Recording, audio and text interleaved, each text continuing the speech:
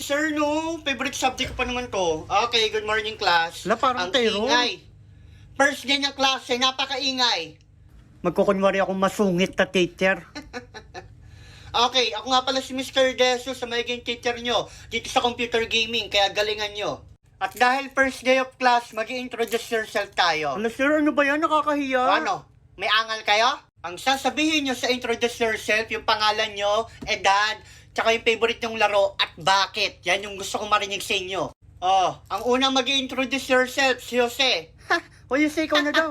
Unang-una ka sa bola. Dito ka sa harap. Hoy pre, ikaw na daw. Jose, ikaw na. Sige sir. Okay po. Good morning classmate. Ako nga pala si Jose, yung literal na addict dito sa computer shop. Ako nga pala ay sweet 16. Bata pa lang, pero mukhang may edad na, no? Ang favorite ko nga palang laro, sir, Dota 2. Oh, kasi, addict akong maglaro ng Dota, eh. Tara, sir, 1-on-1 tayo, 1v1, bayad PC. Ano? Anong sabi mo? Ay, joke lang, sir. Kasi favorite ko ng Dota kasi, ang sarap dumurog ng kalaban. Aba, ang tapang mo, siya. Umupo ka dito. Umupo ka. Sorry sir. Class, may i-explain ako sa inyo. Okay sir, bida-bida kasi. Oo nga pala, class. Wag nyo akong hahamunin dito sa klase ko. Lalo na yung 1v1 na yan. Hindi nyo alam na ako yung top 1 sa lahat ng laro sa buong mundo. Kaya wag nyo akong hahamunin, ha? Kaya ako nandito para magturo ng mga strategy sa mga laro. Okay? Ayan, bida-bida kasi. Sir, bida-bida kasi to si Jose. Anong bida-bida? Ikaw na sunod. Ay, sir, ako na agad. Ano ba yan, sir? Hi, classmate. My name is Maria and I'm 15 years old.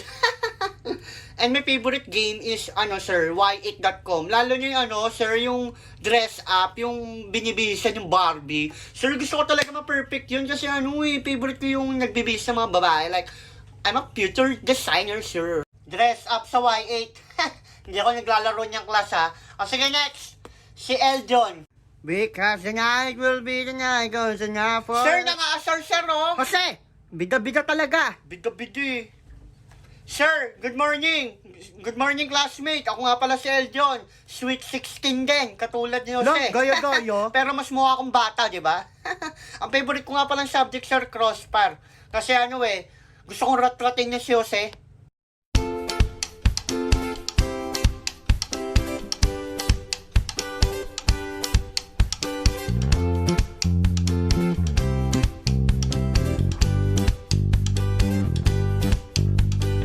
At dahil lalabas na naman ako ng bansa para magtrabaho sa bar ko, and ayan, nagpaalam na ako sa pamilya ko, and ayan si Lola, kinis pa talaga ako, and ayan din yung kapatid ko, ikikis ako pero dinilaan ako, yak, kadiri eme, ayan yung mama ko, and ayan, nakita ko si Lola na umiiyak, and talagang napaluha po talaga ako, pero syempre kailangan tanggapin, and ayan, umalis na kami, and ayan yung jowa ko, ayan o.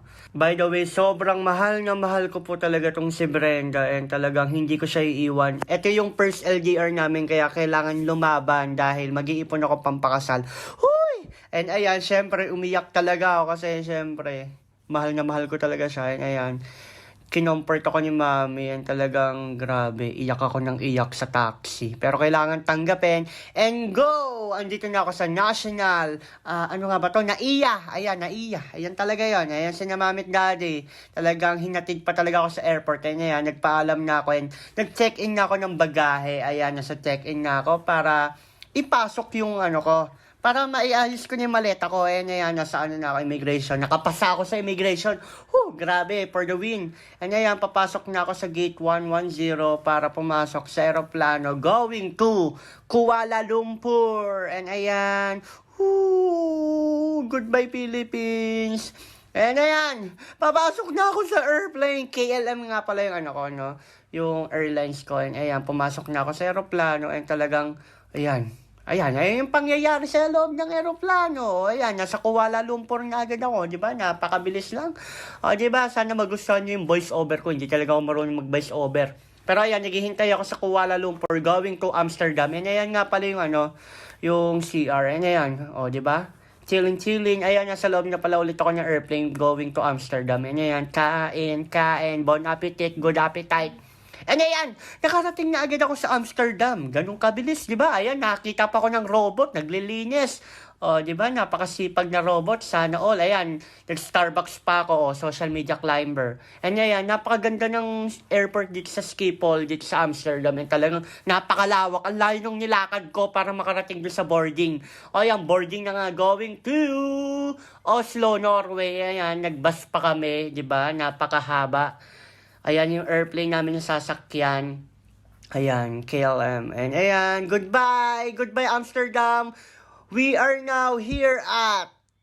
Asan? Nasaan nga ba tayo? Nasa Oslo, Norway. Alright, nandito na ako. And ayan lang. Ayan, thank you kasi... Thank you kasi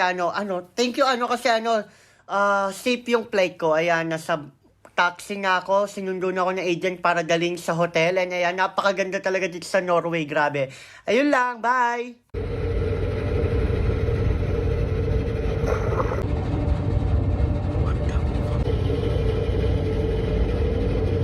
Nag-iisip na ako kung ano yung magandang business sa Pilipinas, no?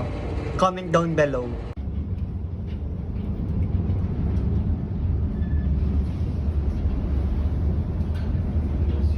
Putang ina, maalo na naman. Putang ina, paano ako makakatulog niyan to?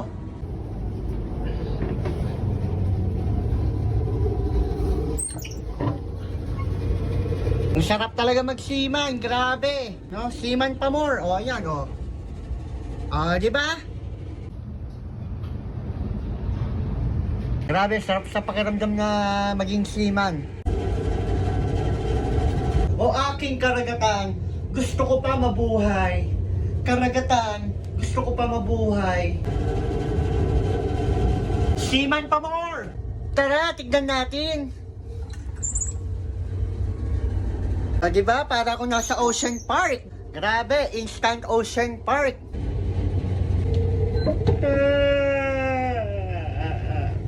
Eme.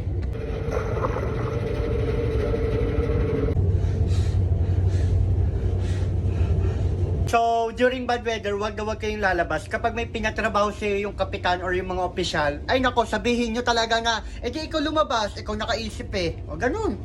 Ganun lang lumaban, di ba? Pero wag kayong lalabas kapag bad weather, napakadelikado po kasi baka tangayin kayo ng alon.